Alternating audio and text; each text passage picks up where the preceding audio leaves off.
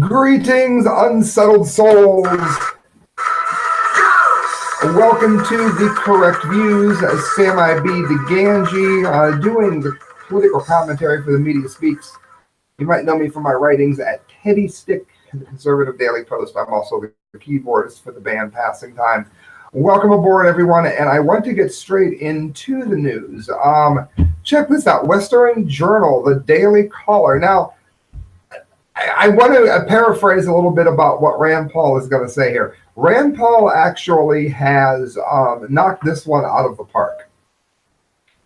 In a nutshell, this is the gist of it. And I broke it down because the article is really long and tedious.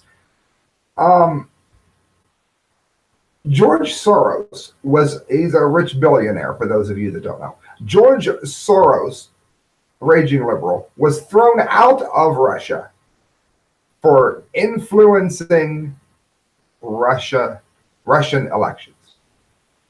Now, for those of you that don't like Mr. Trump, and that's fine, I can talk to you as well. We don't need to be angry at each other. The Koch brothers on the right have done much the same thing.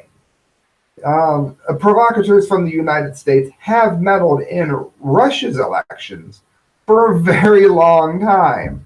And yet, the fact we're all surprised now that it's coming back. Am I in favor of it? No, I'm not in favor of it. That's not really what I mean here. Listen to this, Conservative Tribune. Russia meddled in the 2016 election. Take two. Russia meddled in the 2016 election in part as a retaliation against the U.S. influencing elections in Eastern Europe. The Rand Paul, son of Ron Paul, of course, libertarian legend. The Kentucky senator said, I really think we mistake our response if we think it's about accountability from the Russians, Paul told Jake Tapper on CNN's State of the Union. They are going to spy on us, do spy on us. They are going to interfere in our elections. We do the same, Paul said. The comments, which came in just a day before President Donald Trump is scheduled to meet with Russia, of course this is dated now, shows a realism that neither staunch Republicans admit. I would say it's not morally equivalent, Paul said of Russia's election meddling relating to America's campaigns to influence foreign elections. But I think in Russia's mind it is. It's important to know in our adversary's mind it's important to know in your adversary's mind the way they perceive things. They react to our interference in their elections, and one of the reasons they didn't like Hillary Clinton, they found her responsible for some of the activity by the U.S. in their elections under former President Barack Obama's administration. He also said, we do it, Paul said, spying and election meddling.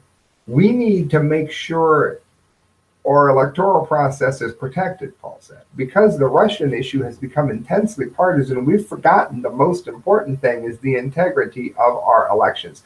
So he's not siding with Putin here, but he has an important point. If somebody repeatedly does something to you time and time again, how many of you know somebody who maybe has a stealing problem or something like that, and they wind up having somebody stealing from them? In no time at all, it's like, oh, how could this happen to me? You've been doing it the whole time.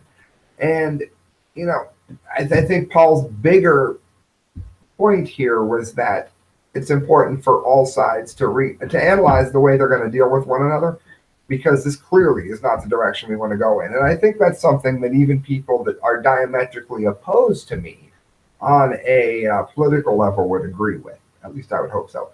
Friends, moving on to a different topic. I thought this was interesting. Ready for liftoff. 2 flying taxi startups got Pentagon funding. Now, I don't know how many of you are new to the show, but if you are, let me tell you already, I'm obsessed with the flying car. Anytime there is anything at all to do with the flying car, you can count me in to report on it. I drove taxi for about 11 years. I was a night supervisor at Elite Taxi. I toiled needlessly at Yellow Cab, and I was a proud member of Cosmo Transportation. Never want to do it again. Well, that is, of course, unless the damn thing flies. This is from The Guardian. Exclusive self-flying vehicle firms got 2 million last year as U.S. military envisions taxis as more Blade Runner than Back to the Future. 2 startups leading the race to build the first flying taxis are using money from the U.S. military. Last year, Kitty Hawk and Joy Aviation received a total of nearly $2 million from the Defense Innovation Unit Experimental, it's DEOX, a Pentagon organization founded to help America's military make faster use of emerging technologies. Neither company nor the DEOX disclosed the funding at the time. Basically, this is a good sign. And I'm not going to spend a lot of time on this because I know not everybody has my with the flying car. But things that tend to happen for the military first later become quite popular in the culture. You can take drones, for instance. Now, I don't mean going over and bombing somebody. I don't mean spying on somebody. I just mean in general. The drones have picked up in popularity. Everything from Tang to microwaves came from space exploration, too. Anytime a thing starts to take off in that regard, a lot of times the benefits of that trickle down to us. And I think this might be that we are one step further to the flying car, and that's something I'm obsessed with. Moving on, how many of you like music? This isn't music. This, to me, you want to know a sign that America has truly lost its sense of musical talent? The ability to pick up anything at all with even the barest nuance of skill. Do you want to know a sign that America is pretty much screwed when it comes to cultural understanding or what it takes to make a good song? And if you're vocal running, then I'm sorry, you're not singing, you're just annoying. Let me go ahead and show you this. A perfect picture for that. Drake charts 7 songs on Billboard's top 10, besting the Beatles record.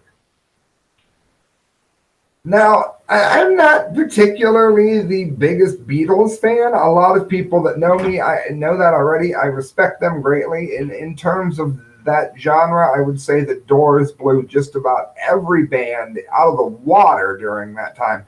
Having said that, comparing Drake to the Beatles, or pretty much anybody that knows anything about music whatsoever that might be listening, is like comparing Fine Dom Perignon to Bug Spray. This man has the musical talent of a jackhammer, and his voice sounds about as pleasant as a fax machine. And didn't change this from becoming a reality. Now the Billboard wants to lock up. Basically, he's been on with Nice for What, Nonstop, God's Plan, In My Feelings. I hate this site. This is the slowest site I've ever seen. And he beat the Beatles record for the number of top 10 selling songs. I'm Upset, Emotionless, and Doesn't Matter to Me. Now, I don't mind that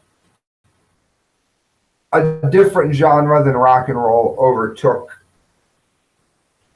the Beatles. That doesn't bother me. I'm somebody who can appreciate Cab Calloway and freaking Mozart, and I love trap music and dubstep and all kinds of trippy electronic stuff that came out a month ago. I have no problem with that. But my problem is that the Beatles were bested by somebody with absolutely no talent whatsoever. But in some degree, things do sort of come around full circle on that. By that, I mean the Beatles made music overly simple, at least at the time that they initially hit. And I would argue that that took a lot of creativity away from music, even though it brought more people into it. I'd be interested to see if anybody listening happens to agree with that. Friends, we got 2 stories left. And if you want to donate to the show, I would appreciate that very much. You can do so at thecorrectviews@hotmail.com through Yahoo. All the money you give to me goes towards a better show. Research. God, why is everything refreshing on me today? This is one of the stranger stories that I've seen in a moment. If it'll actually load, which remains to be seen. Be warned, Yahoo News is the absolute worst for this. I'm about to just skip them over this. Goodness, does this slow slowly.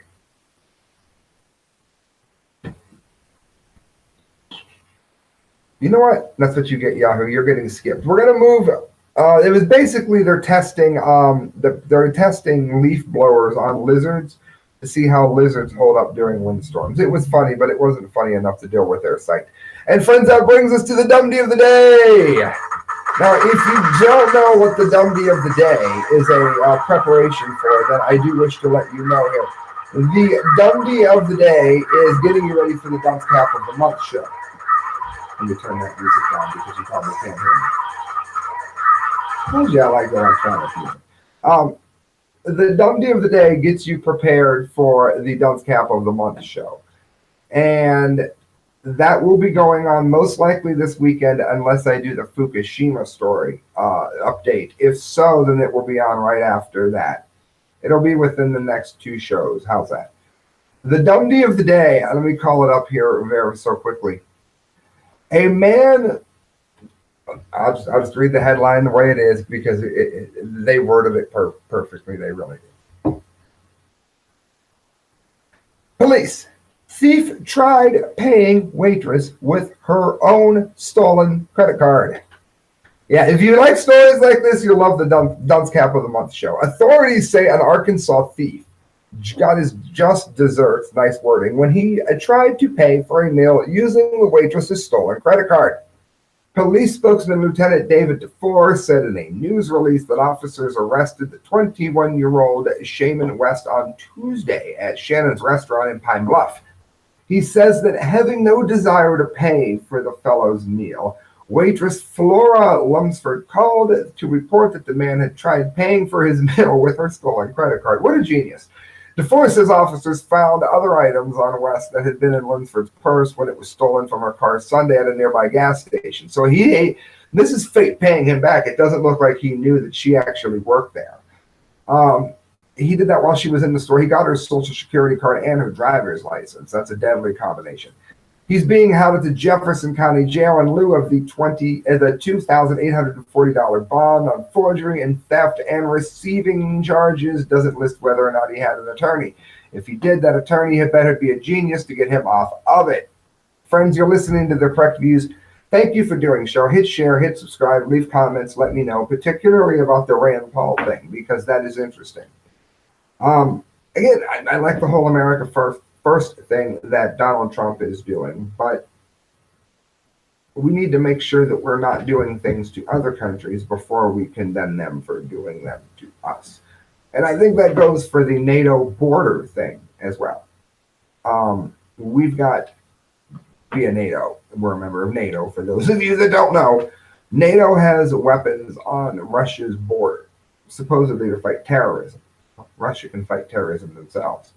This would be like Russia parking weapons on Mexico's border and in some degree pointing them towards Texas.